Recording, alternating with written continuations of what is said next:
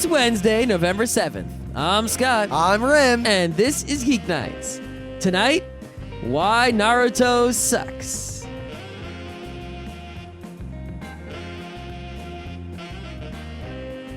Let's do this. So, I came home the other day to a box, a really heavy, big box, and it said to Scott. Yeah, well, there's a lot of boxes coming for me in the mail these days. Sadly, none of them contain brides. I wish there were some brides in there. That'd be nice. But no. What? Not Yoko Kanno? I guess she would count as a bride, no? Anyway. You know, this is no joke, I had a teacher in high school whose father did, in fact, get a Russian mail-order bride. I remember back when I was in Rochester, there was on the local radio a guy called in and talked about how he would go to Russia to be with brides. No, she came over and lived with him as his wife. Yeah, and she learned English. It is a real thing. It's kind of creepy, but it's real. It was an interesting situation, and he would periodically give us updates about how his stepmother, the Russian mail-order bride, was doing. Yeah. Anyway, yeah, so in this box, I don't know if everyone listening knows, but I get the way I buy comics is I order them from this website, dcbservice.com, direct comic book service, and the way it works is you order comic books 2 months in advance, which is kind of sucks because you don't get to look before you buy, and sometimes I buy crap. But it's worth it because I get like 40% off. So even if I buy crap, I still save a shit ton of money. And I spend like $100 on comics every month, but I get like $250 worth of comics. And it's just like this big mountain. It's great because whenever I want a comic, if I find out when it's coming out, I just tell Scott, hey, put it in your thing. And then it comes for almost no money. Almost no money. I mean, manga, even an expensive manga will be like $8. And sometimes every month there's like specials. Some like last volume of Death Note, $5, brand new, not used or anything. Anyway, so 2 of these comics of the 20 or so that you got. Usually what happens is it sort of comes in waves. So like it'll be light month with a little tiny box, little tiny box, little tiny box, big box, and it was finally the big box this time. But I got the Trial of Colonel Sweeto. Oh my god. Which, if you don't know what that is, I suggest you search for the Perry Bible Fellowship, which has nothing to do with Perry's Bibles or fellowships. I think it has something to do with Perry's. Does it now? It does indeed. Well, regardless, it is, in my opinion, one of the funniest things ever put to ink or any other medium. I would put it in the top 10 comic strips of all time in the history of the world. It's so wonderful. And the book doesn't actually have a lot of specials in it. It has like 10 lost strips, even though I've seen some of those, so I'm not sure how lost they really were. But yeah. I expected commentary on all of them, and I was really sad to only get commentary on the lost strips. Yeah, it doesn't matter because it's still worth it to have those things in a little book because the website is sort of annoying to navigate. I love it. But the other thing I got that was really important here, we've talked a bit about Jason, one of our favorite comic artists, and he did such things as "Why Are You Doing This?" and the Left Bank Gang. Yeah, that was the good one. Yeah, it was all Hemingway, but it was also. Yep. Anyway, they all have a very distinctive style, and we've talked about that. But I want to do a quick geek bite here. I remember back in the day when I first found out about "What Are You Doing This?" from like some blog. I think it was Boing Boing, and I was like. And I read the description of it, and I'm like, oh, man, that's a comic for Rim. And yeah, it was like years ago. Well, think about it. We're at RIT still, maybe. It's a short, simple, psychological thriller. And it had, like, animal people. And I was like, as soon as I read the description, I knew it was the comic for Rim. And it took me how many years to actually get a copy of it? And then when I did, I was so right. So, we just got, finally, I think it's one of his newest works. I think it's the newest one. Yeah. The title is, I Killed Adolf Hitler. I killed Adolf Hitler. And it's about exactly what you think it's about. It's like you think, it's one of, usually when people make something about Hitler, like he appears once or, it doesn't actually have to do with Hitler literally. No, literally, I killed Adolf Hitler. Literally. And I'm not going to ruin it because it's one of those things. No, that's a crime. But one, you should read everything this man ever writes. But 2, I just remembered what happened to Hitler. Yeah. This is excellent. Pick it up. There's no reason not to read I Killed Adolf Hitler. I think Fantagraphics publishes these things, right? I don't remember. All I know is that the trend in these works tends to be along the lines of concept. Oh, okay. Oh. Oh. Oh! And then it ends. Yep. And this one is true to form. Yeah. I can't exactly find the publisher that quickly because I'm not too quick with the computer. I'm trying to talk. If nothing else, just bear in mind, read this, and the last page, I mean, it's good all the way through. It's excellent, in fact. Yes, it is published by Fantagraphics. I'm awesome. But the very last page is, I guess, you kind of could have seen it coming, but at the same time, you really couldn't. And it's so perfectly executed and melancholy and just wonderful. Yep. So every book that you go to fantagraphics.com and anything that is by Jason, that's what he goes by. He just goes by one name, Jason, sort of like Sting, Jason. Get all of them because they're all great. Actually, Rim, here's a title of one that we haven't read called, you guess what the title of this one is? You ready? I'm ready. The title is, You Can't Get There From Here. That's it. You know what? You got to get that one. I'll bet you can't get there from here. No, but you got to get that cover. I think I'm going to eventually own the entire Jason collection. Yeah, I think we've got like 3 or 4 of them already, so. All right. Anyway, check this out. You ready? I'm ready. All right. So, there was a survey company called Oricon, right, which is a big Japanese survey company. I always see their name attached to all sorts of surveys about anime and stuff. And they did they survey for Japan's Culture Day on November 3rd. And they had a questionnaire, and the questionnaire asked which cultural figure represents Japan, right? Like, they asked Japanese people which cultural figure, represents your country. And they asked 2,000 people online, and they evenly divided them between all the different age groups, 5 different age groups, of both genders. And the results were... the number 2 person who represents Japan was Miyazaki.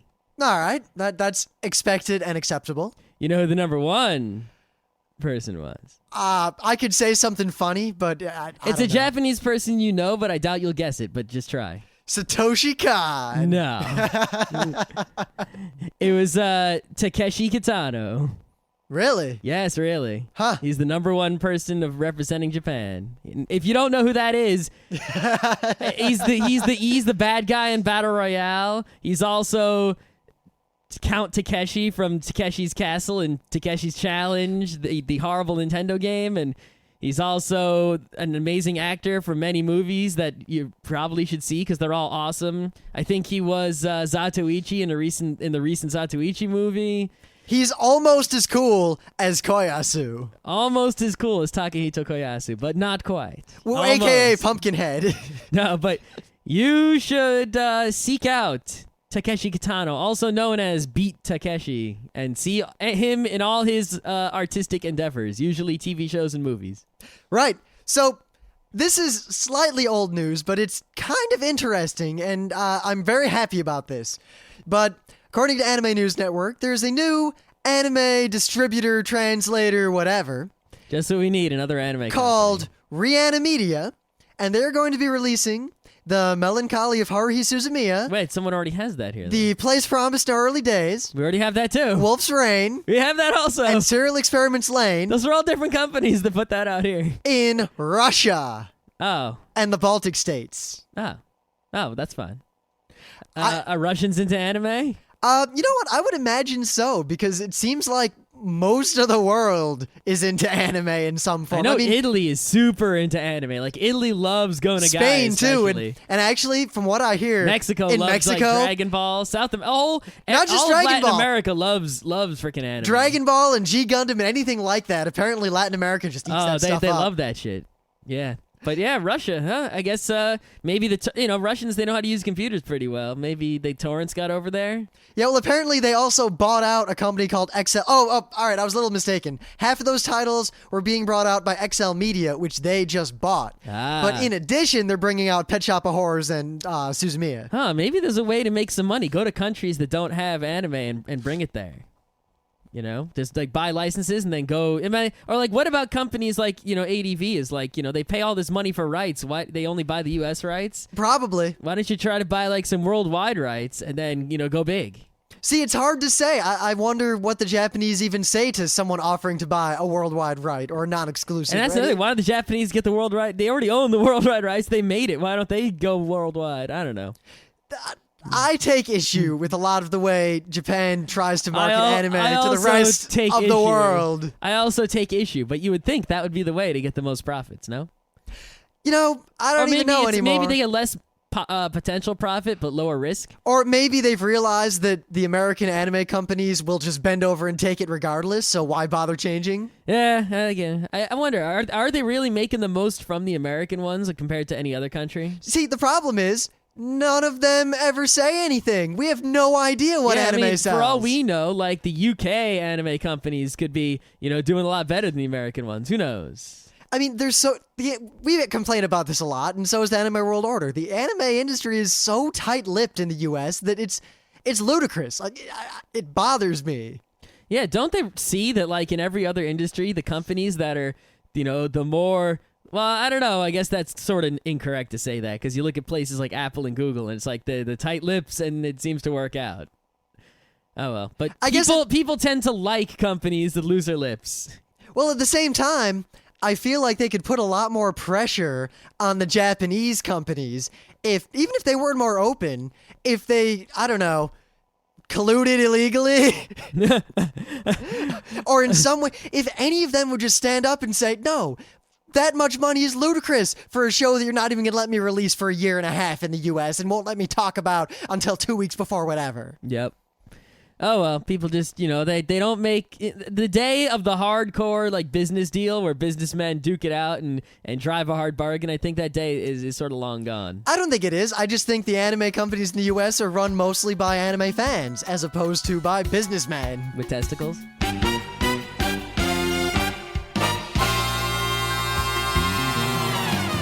So, things of the day. I'm not sure what I can say about this. Mickey Feo. What? It is a blog, not in English, dedicated to pictures of Mickey Mouse that portray him in an unflattering way. Oh, Mickey Feo. F-E-O. F-E-I-O. Oh, that's not Spanish, but that is a Latin language of some sort, because feo in Spanish is ugly. I never would have guessed. Yeah. But look, ugly Mickey Mouse, bunch of ugly Mickey Mice. You like ugly Mickey Mouse? I don't know, I guess this speaks of the fact that, one, there's a blog for everything. That's true. Everything. Two, I don't know, that there's some amount of novelty to looking at a website that is so specialized and to such a specific audience. I don't think it's more specialized than nadshots.com. I don't know, it might be. No, it's not. It might be, because it's not. that isn't all comics. This is just Mickey Mouse. Maybe. But wow, anyway, that Mickey Mouse's face kind of looks like a penis. I want to take this opportunity. So does his. I think that Mickey Mouse is constructed entirely of stylized phalluses. I want to take this opportunity to say that I actually really like Mickey Mouse, and that one thing that constantly pisses me off is that Disney doesn't let anyone make any Mickey Mouse cartoons with their endless copyright BS. Huh, because wasn't that copyright just about to expire? Right, but and at the same time... Sonny Bono copyright saved the day? Yeah, but at the same time, what have they done with Mickey Mouse besides merchandise since The Prince and the Pauper? Well, nothing! They've let him fade as fast as they can into obscurity. Yeah, I mean, more people around the world recognize Mario than recognize Mickey Mouse at this point. Make Mickey Mouse cartoons. Make a whole full... you make a full-length animation motion picture every summer. Why don't you put Mickey Mouse in one of those freaking movies? Come on! See, the thing is, I'd be all for that, except there's someone who needs I would a movie go to the movie theater to see that shit. much more desperately, and that's Donald Duck. But you gotta, of course, put all of them in there. But, Mickey Mouse would be the main guy, and you call it, I mean, the Mickey other day, something. I was randomly watching some of those old, Goofy cartoons on YouTube. Oh, Goofy cartoons. Like, Goofy teaches you how to ski. Yep. Or, I know you are the biggest fan of the Goofy and the Donald Duck, more so, but... Well, more than anything, it's any time Donald Duck and Chip and Dale get into it. Yeah, for me, it's all about, the Mickey and the Beanstalk action. But, of course, Mickey and the Beanstalk is so great, but... That part with Goofy on the Jello. You bring this up every time we talk about that. It's the best part. Goofy on the Jello. If you haven't seen Mickey and the Beanstalk, you're not a human being. And also, I mean, come on, Fantasia, best part, Mickey Mouse. Duh. Oh, I don't know. I guess that's second to the finale. Not on Bald Mount. All right, do I need to do a thing of the day? I think you do. Okay, Mickey Mouse is awesome. Anime News Network, you provide me all my news on Wednesday. You are so wonderful. Yeah, great. I go to this one website, pick the least non-interesting thing, read it kind of My verbatim. news and my thing today are both from Anime News Network. I would just like to extend my thanks to Anime News Network. So you're not doing the Rocky thing? No, that was kind of funny, but it's not. It's funny because Scott always yells at me and Emily and everyone whenever it's like I see something on the internet and he saw it, I don't know, 5 seconds ago. Man, Rim, that's such old news. What the fuck? But he says, oh man, I found this thing. This is like so awesome. Oh my God, you have to come and watch it. We walk over and both of us simultaneously say, that's so old. I saw that like a year ago. Yeah, the difference is when What's the difference? I don't care. You say it's so old. I'm like, whatever. I just found it. However, if you've never seen it, you know how yesterday I did Half-Life in 60 seconds? Yep. This is Rocky 1, 2, 3, 4, 5, and 6 in 5 seconds. Yeah. All right, so my actual thing today from Anime News Network is Anime News Network, like many other blogs and cool websites that provide geek news, had a pumpkin carving contest. And these are all the pictures of the pumpkin carving contest. And many of them, some are better than others, but, anime-themed pumpkins, some of them amazing in quality. Scott tried to show me a picture of his favorite pumpkin, but every time I tried to look at it, he turned the laptop away. What? No, I didn't. You could have run with that, because think about what your thing was. You ruined the joke. Maybe. Why do you do this to me? But anyway, yeah, there's some really good pumpkins going on here. I mean, I see this really good Gankutsuo one, this Helsing one that's just, amazing here. There's one where they actually made the pumpkin into a haro. It's good stuff going on here. But, Scott, what is the best one? Well, it's not actually the best one, because the actual quality of it is pretty low, but the Boo pumpkin is amazing. I like Boos. I mean, they could have just taken a picture of a Boo printed out of their printer and taped it to the front of the pumpkin. And then on the back side of the pumpkin, taped a picture of the Boo with his eyes closed. And that would have been good enough for me. You hear that, fangirls? Draw a Boo and Scott will be all over that. Maybe. It's actually kind of sad because for the last 2 years, we have said, all right, we're going to carve pumpkins here in the Geek House. More like for the last 10 years. Well, here. I haven't even known you for 10 years. You count RIT, where every year we wanted to carve pumpkins, but either I didn't have enough money to buy a pumpkin. This year we even failed at buying them. We didn't even get one. I don't know, because last year we went and bought pumpkins. We're like, oh man, we got 3 pumpkins. We're all going to carve pumpkins. It's going to be awesome. And then we even got Emily to come out and we're like, let's carve our pumpkins, the 3 of us. And then we didn't. We even bought the tools to carve them. So we've still got the tools. I've got like 100 tea candles, but the pumpkin sat there until they rotted. Tea lights. It's a candle. It is a candle, but it's a specific type of candle. Yes, a tea one. A tea light. Candle. No, it's a tea light is a subset of candle. So thus, it is also a tea candle. No. Anyway, so this year, we went apple picking earlier than we expected. So as a result, it was too early to buy pumpkins. The pumpkins they had were not so great. I think it was mostly their lack of pumpkin selection. It was too soon. It was too soon also, but the selection was also poor. So we said, don't worry. We'll come back and buy pumpkins when it's time. And Halloween came and went. Yep. And we've still got the 100 tea candles. This reminds me of an idea I had today. And the unopened pumpkin carving tools. This reminds me of an idea I had today. You ready?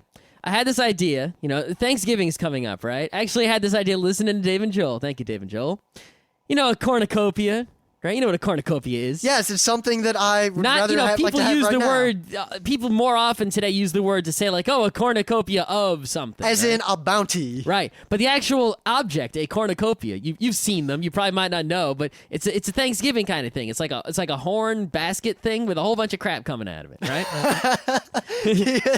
Type it into Wikipedia. That's how you describe it? How else am I going to describe it? I don't know, but I pictured something horrible. No, I want people to make geek cornucopias.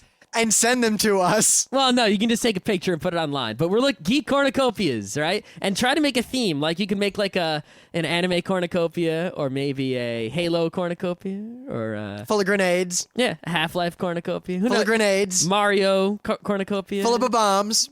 Who knows? Something like that. Go for it, and it could even just be photoshops. It could be the real deal. I want to see people get creative here with the cornucopias. That is my request. Oh yeah, one more thing. I'll just bring this up on the show because I'm proud I finally did it and I actually updated it. I have a blog. Oh, man. Oh, man. I've had a blog for since 2003 or 4. Well, years and years ago. Technically, I've had one since 1998. Years and years ago. There was even Scott's Proto Geeknights where he did an audio blog. Yeah. I was bored one day at RIT, and I said, hey, why don't people record themselves talking and then put it on their websites? There's no reason that can't be done, so I did. But, yeah, I had a Slash journal that I posted in twice and then never even looked at again. Yeah, I remember I used it's like before, back in the day, I just had GeoCities, which wasn't really a blog technically. Then later, my GeoCities was a semi-illegal bootleg ROM site. Yeah, then I moved that. I kept updating that and moving it over, and it was just static HTML. And then I kept moving it around and doing stuff with it. And then I did a Slash journal, and then I set up some old Perl blogging software, and then I set up WordPress, and I'm still using that WordPress. But yeah, it's not Dvorak.org/blog, it's rim.frontrowcrew.com because I know how to use domains. Ooh, actually, I should put me at .frontrowcrew.com to forward with the C name. Yes, you should. There's no reason not to. I know. I'll probably do that tonight if I remember. Yeah, I'll probably eventually. The problem is rim.net is taken by something stupid, and rim.com is taken by something stupid. Wait for it to expire. It expires in forever. Oh, yeah. Oh, well. All right, so tonight, we learned from Dave and Joel, again, they recently reviewed Gao Gai Gar. Now, I'm not going to comment on because I've never seen it. I've seen some. Gao Gai Gar is an awesome show as long as you never watch it. Okay. So, I like the song anyway. Gao Gai Gar, Gao Gai Gar. So, what happened was they basically they didn't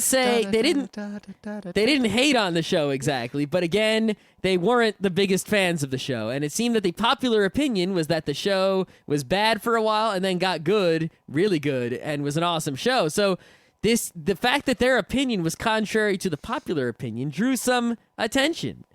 So we said, hey, I got an idea. Let's start doing some shows where we give opinions contrary to the popular opinion, and maybe we can get some attention.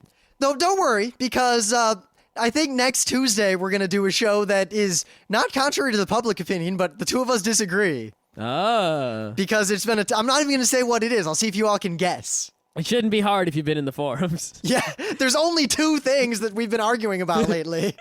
So, today, we're going to do something that's going to piss a bunch of people off. We're going to tell you that Naruto sucks. So does Bleach. And so does One Piece. And so does Dragon Ball. There's a special place in my heart for the absolute disdain I feel towards Scried. I've only watched 2 episodes of that. That's not a good show. Brave Master also sucks. Final Fantasy Unlimited. I'm trying to think of any others. I can't. Fist of the North Star is good, but only in an ironic way, and otherwise sucks. Well, Gao Gai Gar, I think the real important thing, I think it was Joel's comment that you can't get me to sit through 26 episodes of a good show, and you expect me to wait through 20 episodes of a bad show that might get good? Yeah.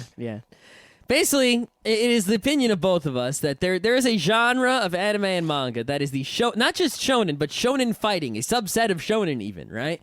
Which is specifically a show where you have incredibly long fights, and the show is all about the fighting or some sort of combat in some way. You could even argue successfully that something like Hikaru no Go could be considered shonen fighting. Oh, it is. You know what? Instead of fighting, they're playing Go. Hikaru no Go, Initial D, those are all shonen fighting shows as far as I'm concerned. Yeah, they're pretty much, it's sometimes tough to draw the line between shonen fighting and sports, because a lot of the sports shows are just shonen fighting where instead of fights, they have a sport. I was going to say something somewhat incendiary. Not all sports shows, though, because they're Touch, not shonen fighting, even though it is a sports show. I was going to make some comment about how the difference is that sports shows are worse. No, some of them. I have not seen many sports shows I like. I really want to watch Attack Number 1. As do I. Anyway. I think I don't know if we're ever going to be able to see that, though. I think the fact that I saw an episode of Buzzer Beater is just tainted sports anime. Yeah, Buzzer Beater is not shonen fighting. It's just bad sports anime. Also, the fact that the only touch I've ever seen is the movie. And if you've ever seen the movie, you'll know why I said that. Right. Okay, so we don't like shonen fighting shows. We think that they're largely inept, mindless, a waste of time, and not good. And but at the same time, there are shows that follow the same format that that in my opinion don't suck. Yep, And that is true. Like, I think Initial D, if you discount anything other than the original, the first 26 episodes, because I think the rest of it is utter drivel. No, you suck. It is. You suck. It's awful. I like it anyway. It's terrible. You can't make fun of anyone who likes Naruto if you like Initial D past episode 27. Well, I think what the rule is, right, it's sort of like with MMOs. You're allowed one. It's like you can have everyone, if you've never seen a shonen fighting show or read a shonen fighting manga, you can do one, and then you learn your lesson from that one. But that one has a special place in your heart. And then you never do it again. Same thing with MMOs. Like, I played a MUD back in the day. I played many MUDs back in the day. So I don't need to play World of Warcraft now. Yep, if you're playing World of Warcraft now and it's your first MMO, you're excused. You know what? Once you learn you're better lesson, off. World of Warcraft is the best freaking MMO ever made. Yeah, it's still Hands an MMO, down. though. Or, I watched all of Sailor Moon, my first magical girl show. I've got one. I like Sailor Moon. You can all fuck off. Yeah. You should have watched Fancy Lala instead. Fancy Lala didn't exist. Oh, that sucks. I was in high school. I bought fan subs from VKill. I really want to know what's up. If anyone knows what's up with the dinosaurs, I'm still waiting to find out. I can tell you what happens at the end of Sailor Moon. Does it involve dinosaurs? No. Then it's not as good as Fancy Lala, is it? So, you're allowed one shonen fighting show, and only one. But also, Gatekeepers follows a very similar format. It's a monster. Oh, Gatekeepers is different, and it's a monster of the week. I think the difference is there's a clear difference between monster of the week, which is something like Voltron or Gatekeepers and such, and then shonen fighting, which is where the actual fighting in, say, a monster of the week is there's the monster, and then it's mostly big form attack. We save the day with the power of friendship. Right. It's sort of an action, scene. It's like a show where they have a big plot, and then at the end of the episode, there's one action scene where they beat the bad guy. That's a monster of the week. You could argue that Big O1 was that. Big O1 was totally monster of the week. It was just had other stuff going on. And then Big O2 was Ava done properly, but that's beside the point. Yeah, but you look at, something like Naruto. Naruto is not monster of the week. Naruto is monster of the decade. Of the 13 episodes. See, here, let's forget everything else and just focus on Naruto, because I think the reasons why I was so excited about Naruto, and because remember, I liked Naruto. I wanted to see it. I heard about it. There was buzz. I saw the first 4 episodes. I heard about this thing called Naruto. It was getting pretty popular. Everyone was talking about it. I hadn't seen it. I didn't go out of my way to see it, but, I saw it at Anime Club. I saw 4 episodes. I was intrigued. I liked the 4 episodes. Then I went home. I downloaded a bunch of fan subs. I watched 13 episodes of Naruto. And I read, I think, 2 volumes of the manga. And then I was done.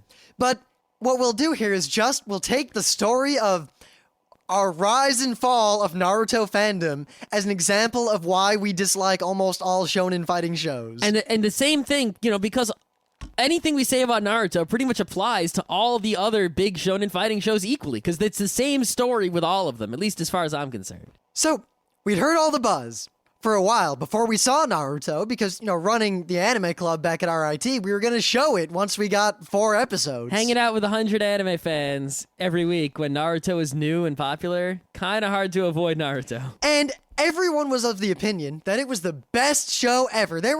People were talking about Naruto the way they talked about Full Metal Alchemist after it started coming out. Yeah, did Naruto come first? It was around the same time, but people were... Well, I was saying, it was the same level of, it's the best show ever. Yeah, people were just... They were talking it up. They were having conversations about characters. There were people the show at RIT who had made those Naruto headbands for themselves before 2 episodes had been fan-subbed. Yep. Yeah, they didn't design those into the show for merchandising, no. So, we finally get 4 episodes, and we show it to the club. And of course, we stick around and watch it, because that's kind of why I waited, so I could stick around and watch it with a big crowd of people. And it was pretty awesome. It was funny, ninja school, awesome characters, a good plot setup that obviously could come into play in a really interesting, dramatic way later. Like, everything was set up. The character designs were great. Well, the only thing I could say bad about it after those 4 episodes was that the plot was a little bit transparent. Like, yeah, I know what's going to go down in the long run. It's like, yeah, obviously, if they would have they could have mixed it up, which is the reason to keep watching. But that was the only bad thing after 4 episodes I could say about it is obviously what's going to go down. I don't think they needed to mix it up in the first 4 episodes. No, but that was definitely a long-term plot, which didn't really matter, I don't think. No, I'm not sure, and I really don't care. But, yeah, I got it. I dug it. I thought Naruto was great. Yeah, I was laughing. I was, when he turned into, like, what's it called? When the Sexy no jutsu. That's what it's called. And, of course, the guy with the eye patch, best character ever. Maybe. But I think when I got my first inkling that something was wrong was when, before I had seen this scene, so there was a big fight going on, and someone who had already seen that episode basically had a conversation with me along the lines of, oh man, when you see how he pulls off, like, getting past this guy and winning, like, what he does, like, you'll see something happen, and then they'll go back and reveal how he did it. Oh man, this is the best show ever. And I was all psyched because I expected some sort of, like, crazy choreography or some sort of, like, amazing Spike Spiegel kind of thing or just something awesome and great. And instead, it was nothing. It was like, oh, I used the shadow windmill whatever technique, which allowed me to blah, blah, blah, blah, blah, blah, blah, blah, blah, blah, blah, blah, whatever the plot needed, blah. Yeah, I mean, it's one thing, right? Like, let's say you're watching 2 people play chess, right? And you have a commentator explaining, oh, look at what he did there. Or you're watching, say, a football game, and someone says, it's a draw play, oh my God. Or even if you're watching a show that is obviously fake, not a real sporting event or a real contest, but yet is self-consistent or generally realistic. Like, you're watching a show about a Go tournament, and, like, someone says, oh, he did the blah move, but in the show really did do, like, he really did it, and they show it. Or there's a fencing fight, and they actually choreograph this fight, and maybe there's commentary, or he does something cool, but it happens in the context of the show in a realistic, self-consistent manner. Naruto has the sin that many anime and many other things fall for, where instead of actually showing something cool or coming up with something clever, they make up something within, like, the fake constraints of whatever's going on and then act as though the thing that they just made up was somehow amazing. Yeah, it's basically, I watched 13 episodes, and at the end of that 13th episode, they were fighting this guy with a big sword and this person with, like, some mirrors, and it was like all the, Naruto and his friends versus these 2 people. And that fight ended in, like, the 13th or 14th episode or whatever, and then I realized that fight started in, like, the 6th or 7th episode or something like that. And I was like, wow. And all I could remember from all that stretch of episodes, just Naruto, most of the scenes were Naruto standing there, pan across Naruto's face while you hear his inner monologue of, should I use this technique? Should I use this technique? Oh, maybe I'll use this technique. Oh, I wonder what their weakness is. Da, da, da, da, da. And then pan across the picture of the bad guy with all the mirrors, and the bad guy's going, ha, you cannot get through my mirrors. Ha, ha, ha, ha. Now, consider the difference between these 2 kinds of writing. Consider, say, I don't know, C.S. Forrester's Horatio Hornblower books. Now, there's a scene where the captain is, like, something's going on and he has to make a decision. Do I run against the Turkish gun batteries and try to escape through the channel? Or do I beat back and Lee against, whatever his options are? But the options are realistic, either within the context of the fantasy or within the context of the fiction that is based in the real world. Like, the author obviously did a little bit of research and came up with viable options and an interesting conflict. In a show like Naruto, you make up a conflict. It doesn't matter what the conflict actually is. It's pretty much literally, do I foo or do I bar? Because whenever they need a conflict, they just make something up. Like, oh, well, your blah, blah, blah technique didn't work because I have the blah, blah, blah, blah. Yeah, and the actual stuff that's happening doesn't matter because in the end, it's entirely made up. They can do whatever they want. I mean, how many times do you see in these shows, you have used every technique you know, and I'm still not defeated. What are you going to do? And then it's like, I will use the super duper power, and they charge up times 100, something they've never done before, and then they win. His power level is over 9,000. 9,000. The only thing, the only thing that you're not sure of is who is going to win. Everything else between who is fighting and who is going to win the fight is just meaningless and a waste of time, and it's not even, like, interesting. Like Cowboy Bebop, right? Watch the first episode of Cowboy Bebop. Even if you've seen it already, watch the end. There's a fight scene, right? He's got a sombrero. He kicks the table over that one. Yeah, that one. It's a fight scene. There's nothing wrong with a fight scene. I'm a fan of action. Rim is a fan of... Watch something like Iron Monkey also, a real kung fu movie. Oh, man, right? Iron Monkey. Right? You see many fight scenes. Many. In fact, over half the movie is fight scenes, right? That movie is just a vehicle for fight scenes. But the fight scenes in and of themselves are a sort of work of art of choreography or animation, and is actually something interesting and stimulating to be seen there. It's not just a guy standing there, another guy standing there, and someone... playing Street Fighter is more dynamic than watching Naruto. These shows... Naruto fighting games, though, not It's so bad. almost like I'm not watching a show. I'm watching a series of well-animated storyboards. Yeah, it's like someone is narrating, or not even narrating, but it's like these characters are self-narrating some really slow and boring, made-up sporting event with no rules that's completely uninteresting. You know what it reminds me of? I don't know, maybe underwear perverts. I'll punch you, you little guy. Oh no, I have been punched. And then the panel says, he is punching. No, they did back in the day. Nowadays, it's a little different. But yeah, back or in even just the idea of how many superhero comics would just, whenever they needed a plot device, they just made something up that... Kryptonite. Just like, oh, well, that didn't work because of blah, blah, blah, blah, blah, blah. Yeah, it's like, oh, you punched me, I am dead. No, I'm not actually dead because I was wearing the double armor. Now I hit you with this weapon. Oh, I am trapped. But I get out with my eye lasers. It's basically like they just invent inventories of things, and then they sort of use every item from each inventory and then make up new items in the inventories and just pull them out one at a time until they're done, just to drag things out.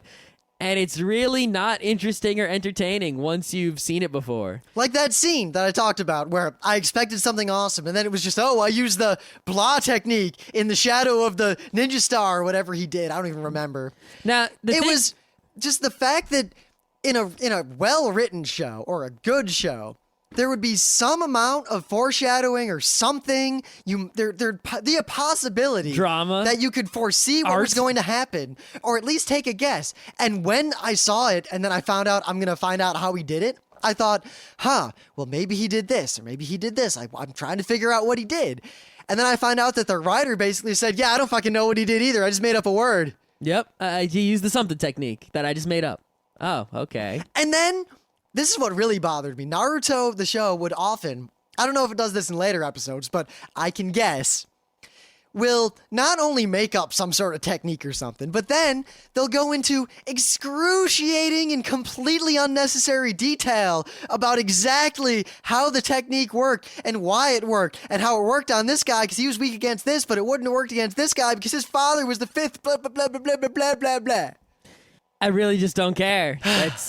The thing that's really disappointing about these shonen fighting shows, I mean, it wouldn't be so bad if it was just a bad show right across. Right? Like Scryed. Scryed had nothing. Because Scryed just started dumb, kept being dumb, there are plenty of shows that are just dumb across the board, and we ignore them, and we don't complain about them so much. But you look at something like Naruto or One Piece, right? And what's so upsetting here is that they had these amazing characters, this amazing plot, this amazing humor, actually pretty decent production quality, mostly because it's so popular. How right? up my alley is a show about smiling pirates? Seriously. Good God. Right. I mean, Red Shank's awesome. The Kakashi, I think the eye patch guy is awesome. Yeah, with that book. Yeah, it's like Bleach even. You have these shows, they could be the best shows. And then they ruin them with all this pointless fighting crap in them. If you took the fighting out of Naruto and you said, hey, if you just made every fight in Naruto a choreographed fight like the first one in Cowboy Bebop, where actually animate people fighting and it's over really quickly, it would be maybe the best show ever. It just might, or it was Funny Ninja School just the whole way through, 26 episodes of Funny Ninja School, best show ever, maybe. It could be. And that's why it's so upsetting, is that it's actually one of the worst shows there is. And it's stupidly popular, but it's 99% crap. Just pointless crap.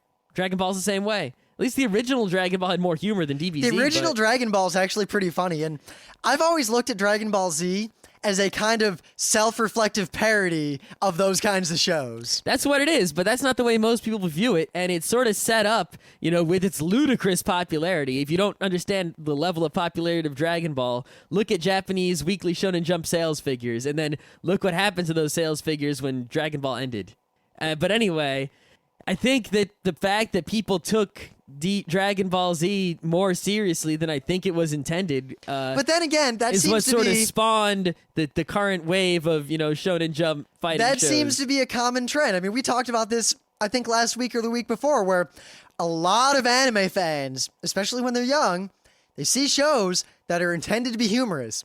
And for whatever reason, just don't pick up on that. Like Project Echo? Project Echo is probably the biggest example because almost everyone I talked to when they were a kid saw Project Echo and took it at face value. And they were like, man, why does she have superpowers? That's so cool. Oh, she saved the day. And now I look at it and it's like, oh, it's a joke. Yep. I get it. I mean, I was so into the drama of the movie Battle Gray, Battle Blue, and all that. I thought it was, and then I saw it again, and it was just wow. Yeah, when I would tell you when I first saw Tank Police, I took it as seriously as someone you're supposed to take something like Galaxy Express, and now, well, I still take Galaxy Express seriously. I don't take Tank Police nearly half as seriously as I used to. That is not to say that I do not enjoy Tank Police or Project Echo just Tank as Police much. is about half serious, and Project Echo is about 5% serious. Well, don't read the Tank Police manga because the seriousness drops away. Well, I'm getting it eventually. Yeah, it's okay. Yeah, but the point is that Naruto and all these other shonen fighting shows, you really don't like them. Really think this is a waste of time, but anyone is excused from watching or reading one of these because well, people are allowed to like whatever they want. They Scott. are allowed to like whatever they want, but if they want my respect, you see, they would need to enjoy one or fewer of these things.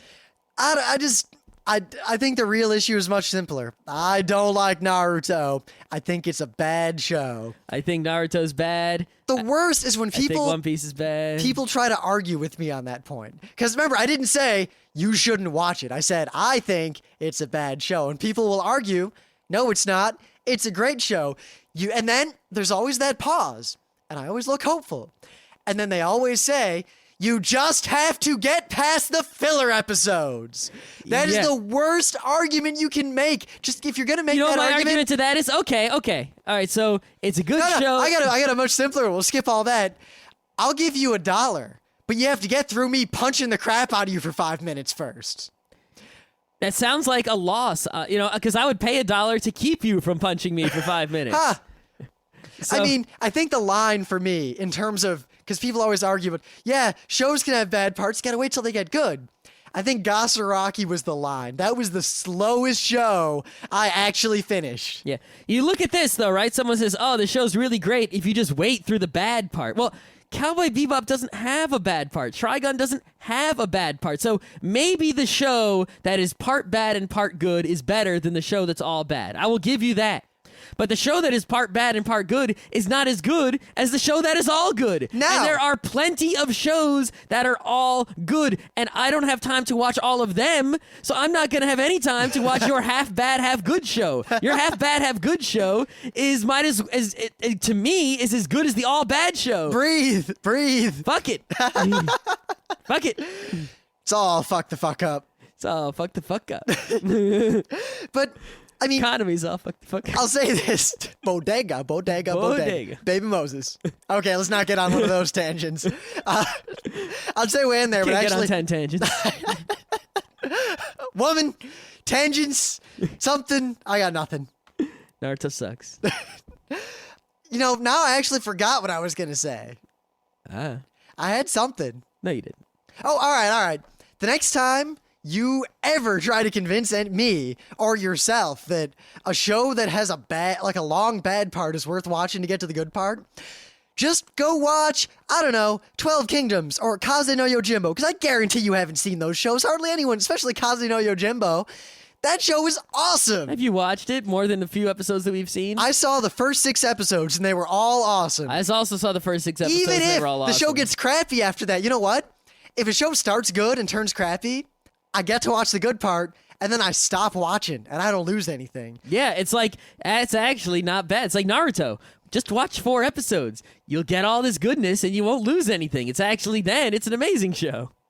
If a show feels like I have to fight it's kind of like Pokemon and why I gave up on it and stopped playing it. Yep. The moment anything that's supposed to be entertaining feels like work, or like, I just got to get through this part. People say, oh, World of Warcraft is a good game once you get to level 70. What? Why would I work to get the fun part when I can just buy the fun part There was with a time. money? There was a time I would back in the day when I would play through like Final Fantasy IV Well, version. I think that's a topic for a separate show. Is the ongoing problem of the fact that when we were in college, and I think most people who are in college or high school and younger than that have the same issue, is that they have plenty of free time and not a lot of money. So they've got all this time to enjoy works of entertainment, but not enough works of entertainment to enjoy. Whereas us, we don't have a lot of free time because we have to go to work all day and commute and do all this other Geek Night stuff. Yeah, doing a podcast. But we have plenty of money. So we have all these entertainment things to enjoy, but not enough time to enjoy them all. And when you have, when you're the sort of a high school kid, I can very easily excuse something like Naruto because it fills up because a lot of time. They need the pleasure of Scott to be excused from watching They it. do, because it fills up they have a lot of time on their hands and not a lot to be entertained by. Whereas us, we don't have time for Naruto. Seriously, it's what I'm gonna spend. If I spend the time watching Naruto, I'm not gonna be able to do anything else at all. Period. I have not beaten Twilight Princess. I got maybe 3 hours into it. I just haven't had time. Right. So I think that's what we got to say, and I hope we pissed people off by telling you that all these shows that you like suck. I don't think many of the people who listen to Geek Nights are particularly fans of Naruto. No, but that's fine, because even if they aren't, I'm hoping that fans of Naruto will pay attention to the show and link to it and be all like, these guys are dissing Naruto. Everybody. Oh, you mean like when we made fun of Anime Pulse and then we got like, what? Actually, we got at least 6 people who came over and said, man, now I listen to you guys. Yeah, so Naruto fans, people post links to this show on all sorts of Naruto sites and other. You got nothing. You got nothing, and you are nothing, and you are nothing to me. Other shonen fighting shows also, the same thing applies. I mean, think about it. Everything we've said about Naruto is true about One Piece, is true about Dragon Ball. Except Initial D, because that's awesome, until episode 27, and then it sucks, and Scott is wrong. I'm allowed one.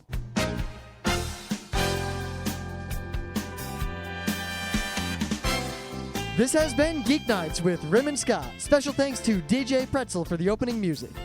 Be sure to visit our website at www.frontrowcrew.com, where you'll find show notes, links, our awesome forum, a link to our Frapper map, and links to all the RSS feeds. We say feeds plural because Geek Nights airs 4 nights a week, covering 4 different brands of geekery.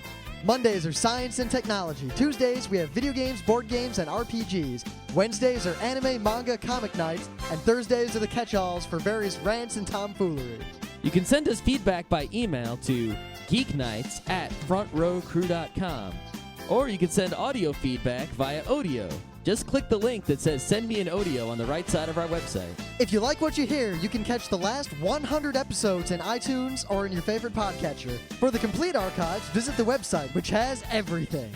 Geeknights is distributed under a Creative Commons Attribution Non-Commercial Share-alike 2.5 license. This means you can do whatever you want with it as long as you give us credit, don't make money, and share it in kind. Geeknights is recorded live with no studio and no audience. But unlike those other late shows, it's actually recorded at night.